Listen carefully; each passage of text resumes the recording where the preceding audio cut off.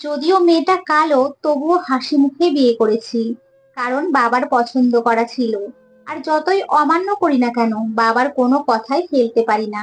বিয়ের আগে ওকে দেখিনি, শুধু শুনেছি মেয়েটা শ্যামলা দেখতে। বাঙালি মেয়েদের রূপ অন্যান্য মেয়েদের তুলনায় আলাদা। তারা সুন্দর হলেও শ্যামলা, আবার কালো হলেও শ্যামলা। আমি জানি না আমার হবু স্ত্রী এই দুটোর মধ্যে কোন পাল্লায় আছে। বাসর রাতে ওকে দেখলাম। প্রতিবেশীদের যত কানাঘুষো শুনেছি, মেয়েটা দেখতে ততটাও খারাপ না। ওদের কাজই এরকম, কারো ভালো কিছু সহ্য করতে পারে না। ওদের কোনো কথায় কান দিলাম না। বাসরে নিভু নিভু জোনাকি আলোতে ওর মুখটা অনেক সুন্দর লাগছিল। ও খেয়াল করছিল আমি ওর দিকে অনেকক্ষণ তাকিয়ে আছি। সে একটু ভীত গলায় আমাকে জিজ্ঞেস করলো, এভাবে কি দেখছেন? আমাকে ছবিতে দেখেননি? আমি জানতাম না কোন ছবির কথা বলছে। কেউ আমাকে বলেনি মেয়ের বাড়ি থেকে ছবি এসেছে। আমি ওকে বললাম, আমি তোমাকে না দেখেই বিয়ে করেছি। তোমাকে আমার বাবা পছন্দ করেছেন। সে বলল, বাবা যদি না করতেন তাহলে আপনি বিয়েটা করতেন না। আমি না বললাম। মেয়েটা তখন আর কিছুই বলল না, চুপচাপ থেকে গেল। আমি ওর সারা শব্দ না শুনে ঘুমিয়ে পড়লাম। সকালে ঘুম থেকে উঠেই লঙ্কা কাণ্ড হয়ে গেল। জীবনেও কল্পনা করিনি আমার সকালটা এরকম হবে। সোফায় বসেছিল সে। মেয়েটা গতকাল রাতে অপসরী ছিল না, বরং অপসরীর ন্যায় কোনো ভূত ছিল। আমি লাফ দিয়ে বিছানা থেকে উঠি। সে আমাকে সালাম দিল। আমি কোনো জবাব না দিয়ে আম্মুর রুমে গেলাম। আম্মু আমাকে রাগান্বিত দেখে বললেন, কি হয়েছে বাবা? এই সাত সকালবেলায় এরকম মুখ বানিয়েছিস কেন? আমি টাস করে দরজায় লাথি দিয়ে বললাম, তোমরা আমার জীবনটাকে নিয়ে এভাবে খেলতে পারলে? আমি কি দোষ করেছি যে আমার এরকম মেয়ে জোটালে? কেন? আমার হাই স্পিড আর হাই লোডের কথায় রুমে প্রতিধ্বনি ভাসতে লাগলো। আম্মু কিছুই বলছে না। আমি জোরে জোরে চেঁচাতে লাগলাম। আম্মু শুধু একটাই কথা বললেন, তোর বাবা সব জানে। এটা শুনে থমকে গেলাম, মনটা ভীষণ খারাপ হয়ে গেল। মনে হচ্ছিল বাবা আমাকে ইচ্ছে করে তালাবি ফেলে দিয়েছেন। বাবা তো অন্তত আমাকে মেয়েটার ছবি দেখাতে পারতেন। আর মেয়ে দেখতে যাওয়ার সময় কি টিনের চশমা লাগিয়ে গিয়েছেন, যে কালো একটা মেয়েকে আমার জন্য পছন্দ করে আসছেন? মেয়েটা কালো না, অনেক কালো। ছোটবেলায় আমার নজর না লাগার জন্য মা কপালে যে টিপ লাগিয়ে দিত, ওইটার মতো দেখতে কুচকুচে কালো। একে নিয়ে কিভাবে থাকবো? ভাবছি কোথাও বেরোলে পাছে কেউ জিজ্ঞেস করবে না তো এই জঙ্গলিটাকে কোথা থেকে নিয়ে এসেছি? কেউ মজা করার জন্য বলবে না তো মেয়েটা বাড়ির বউ নাকি কাজের মেয়ে? আব্বুর ভুল ডিসিশনের কথা আমি ভাবছি না। আমি ভাবছি এই কালো মেয়েটাকে নিয়ে কিভাবে সংসার করব। ও কালো হয়েছে, কয়েকদিন পর আমার সন্তানও কালো হবে। সব কালো হবে। উফ, না, এটা আমি মেনে নিতে পারবো না। যা বলার যা শোনার সব কোর্টে। আমি ডিভোর্স চাই। মেয়েটা ততক্ষণে সব জেনে গেছে। আমার রেগে যাওয়ার কারণটা কি? সে ফুপিয়ে কাঁদতে কাঁদতে রুমে চলে গেল। ওর চেহারাটা দূর, আওয়াজটাও আমার কানে বিচ্ছিরি শোনাচ্ছিল। আব্বু ঘরে হইচই শুনে ভিতরে এলেন। মনে হচ্ছিল বাইরে কোথাও ছিলেন। আমাকে বললেন, কি হয়েছে, এত আওয়াজ কিসের? আমার মুখ থেকে কোনো কথা বের হচ্ছিল না। সারা দুনিয়ার সামনে আমি যা তা করতে পারি, কিন্তু বাবার সামনে কিছুই করতে পারি না। মুখ ফুটে বলতেও পারছি না কথাটা। হাত মুষ্টিবদ্ধ ছিল। ওইগুলো খুলে একটা লম্বা দীর্ঘশ্বাস নিয়ে বেরিয়ে গেলাম। আমি ছাদে বসে ভাবছিলাম, কেন আমার সাথে এরকমটা হলো? আমি কি দেখতে খারাপ যে আমার বউ খারাপ হবে? নাকি আমার টাকা পয়সা কম? আমার তো সবই আছে। তাহলে কেন এরকম মেয়ে আমার কপালে জুটলো? মাথা ফেটে বেরিয়ে যাচ্ছে, কিন্তু কোনো উত্তর পাচ্ছি না। ছাদের রেলিং এর রডে শক্ত করে ধরে আছি। হয়তো রাগ চেপে রাখছি। ইচ্ছে করছিল রডটা চ্যাপ্টা করে দিই। তখন হঠাৎ পিছন থেকে আব্বুর আওয়াজ শুনতে পেলাম। আব্বু ডাকছেন। হাত নরম হয়ে গেল। রড ছেড়ে দিলাম। তাকিয়ে দেখি রড যেভাবে ছিল সেইভাবেই আছে। শুধু আমার হাত লাল হয়ে গেছে। আর প্রচন্ড রেগে যাওয়াতে মুখটা গরম লাগছিল। আব্বুর আদেশ মেনে আব্বুর পেছন পেছন ওনার রুমে গেলাম। আম্মুর চেহারা দেখে বুঝে গেলাম উনি সব আব্বুকে বলে দিয়েছেন।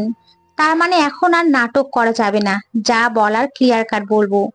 আব্বু নরম স্বরে বললেন, সকালবেলা তোমার আচরণের কারণটা জানতে পেরেছি। কেন আমি ওই মেয়ের সাথে বিয়ে দিয়েছি এটাই জানতে চাচ্ছ তো? আমি মাথা নিচু করে হ্যাঁ সূচক জবাব দিলাম। আব্বু বললেন, তার আগে আমাকে একটা প্রশ্নের উত্তর দাও। কেন প্রিমাকে একসেপ্ট করতে পারছো না? সে কি বিবাহিতা, নাকি সে কি ধর্ষিতা, নাকি দেখতে কালো? আব্বুর প্রশ্ন শুনে আমি চমকে গেলাম। এমনিতেই সহজ কিছুর উত্তর দিতে পারি না, আর এটা তো। আমি বরাবরের মতো চুপ থেকে গেলাম, কিছুই বলতে পারলাম না। উনি বললেন, মেয়েটার গায়ের রং না দেখে মনটা দেখতে। মনকে ভালোবাসতে গায়ের রং তো একদিন খসে পড়ে যাবে, কিন্তু মন না। তাই আমি যা বলছি তাই করো, মেয়েটাকে নিয়ে সুখে থাকো। আর আমি তোমার বাবা। কোনো বাবা তার ছেলের খারাপ চায় না। যেদিন বাবা হবে সেদিন টের পাবে। আব্বুর কথা শোনা ছাড়া আর কিছুই করার ছিল না। সব বুঝেছি, ভান করে রুমে চলে গেলাম। এসে দেখি সে কাঁদছে। আমার মনে ওর জন্য কোনো দয়া জন্মালো না। আর হবেই বা কেন? সে কে, কি হয় আমার? ধোকা খাইয়ে বিয়ে দেওয়া হয়েছে। এখন আর এসব বলে লাভ নেই, কয়েকটা দিনেরই তো ব্যাপার, একটু অ্যাডজাস্ট করে চলতে হবে। আমি তাকে বললাম, তুমি এই বিয়েতে খুশি? আপনার কেমন লাগছে? বুঝতে পারছো না কেমন লাগছে? বুঝি। তবে আপনি যা চাইবেন তাই হবে। তা তো হবেই, শুধু কয়েকটা দিনের ব্যাপার। এই কয়েকদিন স্বামী স্ত্রীর মতো থেকে যাই, পরে আলাদা হয়ে যাব। আলাদা বলতে ডিভোর্স। কথাটা যেন ওর কানে তীরের মতো বিঁধলো। এক কান দিয়ে ঢুকে অন্য কানে বের হলো। যতক্ষণ কথা বললাম এই এতটুকু সময় ছিল যে তার চোখে জল ছিল না। এখন আমার কথা শুনে আবার। আমি ওসব সহ্য করতে পারি না, প্রচন্ড রেগে যাই। মারামারিও তো করা সম্ভব না। কোনো রকমে রাগ চেপে ধরলাম। বিয়ের 2 মাস চলে গেল। আমি সোফায় ঘুমাই আর সে বিছানায়। সকালে ওর ঘুম ভাঙার পর আমি আবার বিছানায় চলে যাই। আব্বুর সামনে ওর সাথে ভালো ব্যবহার করছি, অনেক যত্ন নিচ্ছি। আমার রুমে আসলেই সব উল্টো হয়ে যায়, যেন বাবার কাছে ধরা না খায়। কোনো দরকার ছাড়া ওর সাথে কথাও বলি না। রুমে যতক্ষণ থাকে সব সময় বই একটা পড়ে, আর কাজ হাতে থাকলে কাজ। আমি অফিস শেষ করে বাসায় যখন ফিরি, তখন অনেকের খাওয়া শেষ হয়ে যায়। রাত্রি 12টা পর্যন্ত আমার জন্য কে ওয়েট করবে? ঠিক তখন সে আমার সামনে হাজির। টেবিলে সবকিছু রেখে রুমে চলে যায়। আমার খাওয়া শেষ হলে আমি রুমে আসলে সে বেরিয়ে যায়। আর চোখে তাকিয়ে দেখি সে খাচ্ছে। একটা মানুষ পেলাম যে আমার কথা ভাবে, কিন্তু মানুষটা ভুল। ওর ভাবা না ভাবা নিয়ে আমার কিছুই যায় আসে না। কোর্টের আয়ে আমাদের কমপক্ষে 6 মাস একত্রে থাকতে হবে। একত্রে থাকা মানে এক ছাদের নিচে আলাদা হয়ে থাকা। তাই আমি ওকে নিয়ে বেশি মাথা ঘামাচ্ছি না। একদিন রাতে হঠাৎ ঘুম ভেঙে যায়। চোখে অল্প জল জমে আছে, হয়তো কোনো খারাপ স্বপ্ন দেখেছি। পানি এক গ্লাস খেয়ে ঘুমাতেই যাব, তখন দেখি বিছানায় প্রেমা নেই। ওয়াশরুমের লাইটও তো বন্ধ, ব্যালকানির দরজাও ভেতর থেকে লাগানো। তাহলে সে গেল কোথায়? কেবলমাত্র সোফা থেকে নামলাম, তখনই দেখি বিছানার ওপাশে সে নামাজ পড়ছে। আমি স্বস্তির নিঃশ্বাস ফেললাম। সেকেন্ডের জন্য মাথায় আসছিল ও পালিয়ে গেল না তো। যাক, এখন একটু শান্তি পেলাম। চোখ বুজে ঘুমানোর চেষ্টা করলাম। তখন প্রেমা কি জানি বলছিল, স্পষ্ট শোনা যাচ্ছিল না। আমি আবার উঠলাম, আস্তে আস্তে ওর পেছনে গিয়ে দাঁড়ালাম, যেন সে টের না পায় আমি জেগে আছি। তাহাজ্জুদের নামাজ শেষে সে মোনাজাত করছিল, হে আল্লাহ, তুমি কেন আমাকে কালো করে পৃথিবীতে পাঠিয়েছো? জন্মের পর মা বাবার আদর পাইনি। পাড়া প্রতিবেশীদের লোকেরা আমায় নিয়ে মা বাবাকে কটাক্ষ করতে দ্বিধা করেনি। ভাই বোনদেরকে জিজ্ঞেস করতো, এই কালো প্যাঁচা কি তোর বোন? ওরা লজ্জায় মাথা নামিয়ে নিত। তাদের কাছে কোনো উত্তর ছিল না বলার। স্কুলের সামনের বেঞ্চে বসা আমার নিষেধ ছিল, একা পেছনের বেঞ্চে বসতে হয়, যেন আমার গায়ের রং অন্য কারোর গায়ে না লাগে। আচ্ছা, এটা কি কোনো ছোঁয়াচে রোগ? না তো। তাহলে কেউ আমার সাথে মেশে না কেন? কথা বলতে চায় না কেন? এটা কি আমার দোষ ছিল যে আমি কালো? টিভিতে দেখায় ক্রিম মাখলেই মানুষ সাদা হয়ে যায়, তাহলে আমি কেন সাদা হই না? আমি কি এতটাই কালো? বয়সের চেয়েও দ্বিগুণ বার পাত্রপক্ষ দেখতে এসে একই কথা বলে যায়, কালা কাউয়াকে লাইটের নিচে বসালেও দেখা যাবে না। আর বিয়ে করতে বসছে। কালো বলে কেউ আমাকে নিতে চাচ্ছে না, আবার নিজের কেউ রাখতেও চাচ্ছে না। আমি কালো বলে কি আমার বেঁচে থাকাও দায় পড়বে? শেষে কিভাবে জানি আমার বিয়েও ঠিক হয়ে গেল। বড় ঘরের ছেলে, শিক্ষিত সুন্দর ছেলের সাথে আমার বিয়ে ঠিক হলো। মনে করেছিলাম হয়তো এখান থেকে আমার নতুন জীবন শুরু হবে, কিন্তু তা আর হলো না। ঘুটঘুটে কালো থাকার জন্য বিয়ের পরের দিনই আমার স্বামী ডিভোর্স চায়। আমার সাথে নাকি ওনাকে মানায় না। ওনার মতো আমারও 2 হাত, 2 পা, 2 কান, 2 চোখ, এক মাথা আছে। সবই এক, তবুও নাকি মানায় না। শুধু পার্থক্য হলো উনি সুন্দর আর আমি কুৎসিত। কেন তুমি আমাকে কালো রং দিয়ে বানিয়েছো? অন্য কোনো রং দিলেই তো পারতে। হয় তুমি আমাকে বদলিয়ে দাও, নয় মৃত্যু দাও। এভাবে আমি আর বাঁচতে পারবো না। তোমার দরবারে কতবার হাত পেতেছি, কিন্তু আমায় কিছুই দাওনি। শেষবারের মতো একটা জিনিসই চাইবো, আমার স্বামী যেন সুখে থাকেন, আমার কালো ছায়া যেন ওনার উপরে না পড়ে। আমিন। আমি ওর মোনাজাত শুনে দুই পায়ে দাঁড়ানোর শক্তি হারিয়ে ফেলেছি। হাঁটু গেড়ে ঠাস করে নিচে পড়লাম। সে তার পেছনের আচমকা শব্দ শুনে আটকে যায়। সঙ্গে সঙ্গে পেছনে তাকায়। আমি ওর পেছনে এভাবে পড়ে থাকবো, সেটা সে কল্পনা করেনি। ওসব কিছু না ভেবে সে আমাকে তুলে বিছানায় শোয়ালো। আমার সারা শরীর কাঁপছে। আমি স্থির হয়ে শুতে পারছিলাম না, আবার বসতেও পারছিলাম না। গায়ের লোম সব দাঁড়িয়ে গেছে। এত সবের পরেও আমি ওর দিকেই তাকিয়ে আছি। সে ছোটাছুটি করছে এদিক থেকে ওদিক, পাগলের মতো ওষুধ খুঁজছে। মনে হচ্ছে কয়েক সেকেন্ডের ভেতরে আমাকে ওষুধ না দিলেই আমি মারা যাব। আর তার আপ্রাণ চেষ্টা চলছে আমাকে বাঁচানোর। আমি ওকে বললাম, আমাকে পানি দাও, ভীষণ তৃষ্ণা পেয়েছে। সে দৌড়ে এসে আমাকে পানি দিল। আমি কিছুক্ষণ জোরে জোরে নিঃশ্বাস নিলাম, তারপর উঠে সোফায় গিয়ে শুয়ে পড়লাম। সে আমাকে জিজ্ঞেস করছে বারবার, আমি ওখানে গেলাম কি করে। আমি নিশ্চুপ হয়ে রইলাম আর ঘুমিয়ে যাওয়ার ভান ধরলাম। সে মনে করেছে আমার শরীর খারাপ, আমাকে আর বিরক্ত করা ঠিক হবে না, তাই আর ডাকিনি। কিন্তু আমি ঘুমাতে পারিনি, চোখের দুই পাতা এক করতে পারিনি। ওর প্রতিটা কথাগুলো কানে বাজছে। নিজেকে অনেক বড় অপরাধী মনে হচ্ছে। আমি কিভাবে মেয়েটাকে এত কষ্ট দিতে পারলাম? ও তো আমার স্ত্রী। আমি কিভাবে ওর মনের কথা বুঝতে পারলাম না? এতদিন যে আমায় ভালোবেসে এসেছে, আমি কেন তার ভালোবাসা বুঝতে পারিনি? আমি কি সাদা কালোর মধ্যে এতটাই অন্ধ হয়ে গিয়েছি যে একটা মানুষকে চিনতে পারলাম না? নিজেকে অনেকভাবে সান্ত্বনা দিচ্ছি, কিন্তু চোখের জল আটকাতে পারছিলাম না। হয়তো আজ এখনই সব জল শুকিয়ে যাবে, হয়ে যাক সব মরুভূমি। তবুও ওকে আর দূরে রাখা যাবে না। যাকে 2 মাস আগে বিয়ে করেছি, তাকে যে স্ত্রীর মর্যাদা থেকে বঞ্চিত করেছি, কাল সব ফিরিয়ে দেব। হ্যাঁ, কালই। কাল তাকে নতুন জীবন দেব। কালো বলে আর অবহেলা করব না। এতদিন যা ছিল সব ভুলে ভরা ছিল। এখন সবকিছু শুদ্ধ করে নতুন সকালের সূচনা করব। এখন শুধু সকালের অপেক্ষায়। চোখটা বন্ধ করে শুয়েছিলাম যেন হালকা বিশ্রাম নিয়ে উঠে যাই, কিন্তু কখন যে ঘুম লাগলো টেরই পেলাম না। চোখ খুলে দেখি 11টা বাজে। উঠে দেখি সে বিছানায় নেই। আমি ওকে খুঁজতে রুম থেকে বের হলাম। আম্মুকে জিজ্ঞেস করতেই যাচ্ছিলাম ও কোথায়, তখন ওকে দেখতে পাই কাপড়ের বালতি নিয়ে ওয়াশরুমে ঢুকছে। ইচ্ছে করছিল এখনই ওর কাছে যেতে, কিন্তু না, এভাবে যাব না। আজকে অন্যরকম হয়ে যাব, একেবারে তাক লাগিয়ে দেওয়ার মতো যাব। ঝটপট ফ্রেশ হয়ে বাইরে থেকে একগুচ্ছ গোলাপ ফুল কিনে আনলাম। কাপড় মেলতে এখন সে ছাদেই থাকবে, তাই আর রুমে না গিয়ে ছাদে যেতে লাগলাম। ফুলগুলোর দিকে তাকিয়ে ভাবছি কিভাবে শুরু করব। ওর সামনে হঠাৎ করে এভাবে দাঁড়ালে তার কি রিয়াকশন হবে? সে চমকে যাবে তো। হ্যাঁ, ওকে চমকানোর জন্যই তো যাচ্ছি।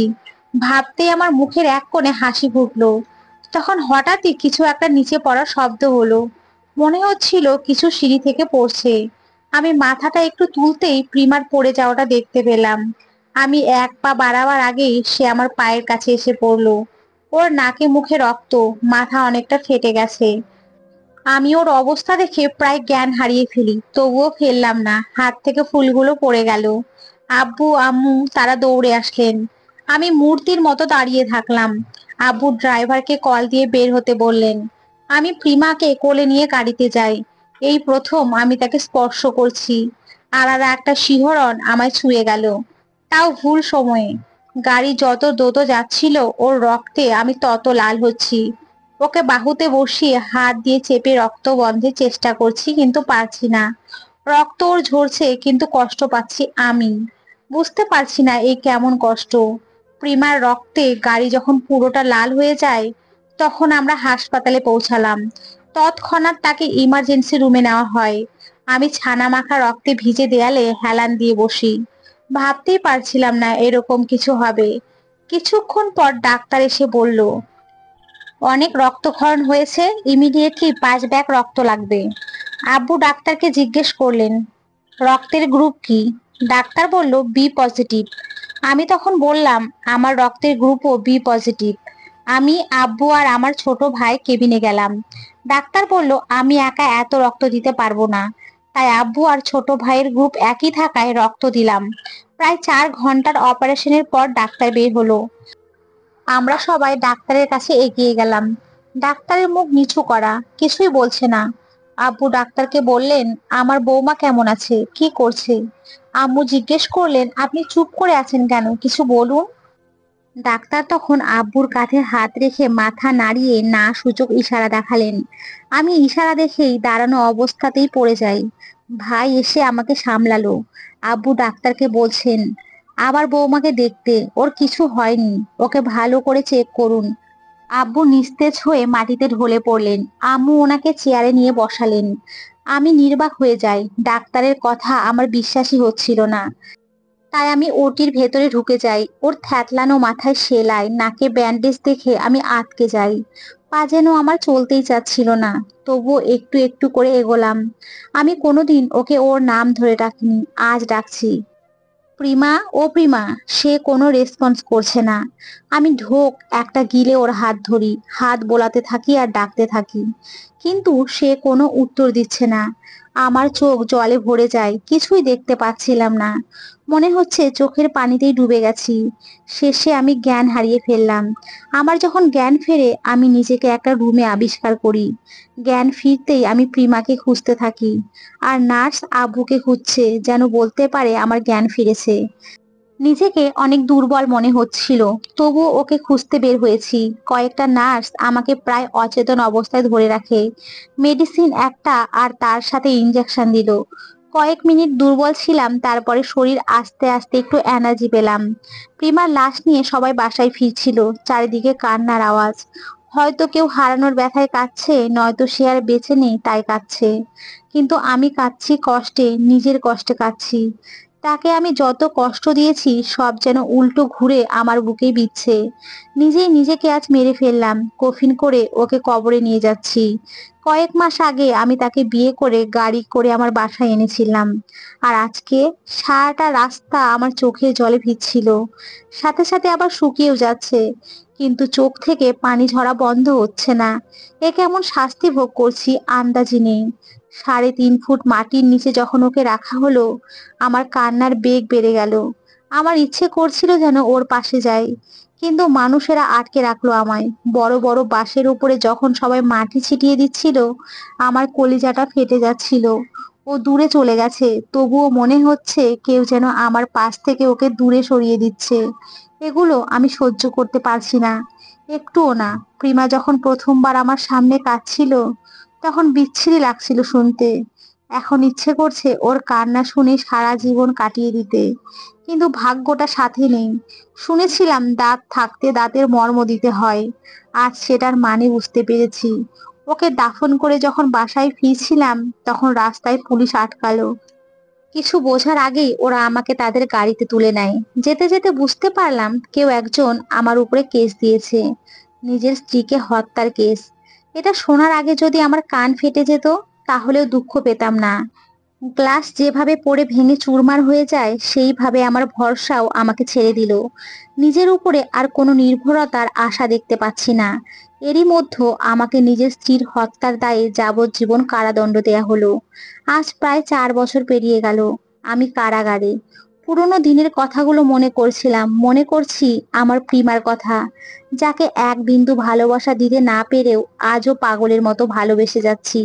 ও চলে যাওয়ার পর আমার যখন নতুন কারাবাস শুরু হয়েছে, তখন আমি আত্মহত্যার পথ বেছে নিয়েছিলাম। কিন্তু পিছু নামতে হলো। সে দোয়া করেছিল আমি যেন সুখে থাকি, ভালো থাকি। তাই আজও ওকে ছাড়া ভালো থাকার চেষ্টা করছি। মুখে তো বলছি ভালো আছি, কিন্তু ভেতর থেকে জ্বলে পুড়ে ছাই হয়ে যাচ্ছি। মিথ্যে কথা বলতে বলতে যে কারো মেয়েকে বলেছিলাম লাইটের নিচে বসলেও দেখা যাবে না, আর সেই মেয়েকে 4 দেয়ালের অন্ধকার রুমের মধ্যে চেহারা দেখি।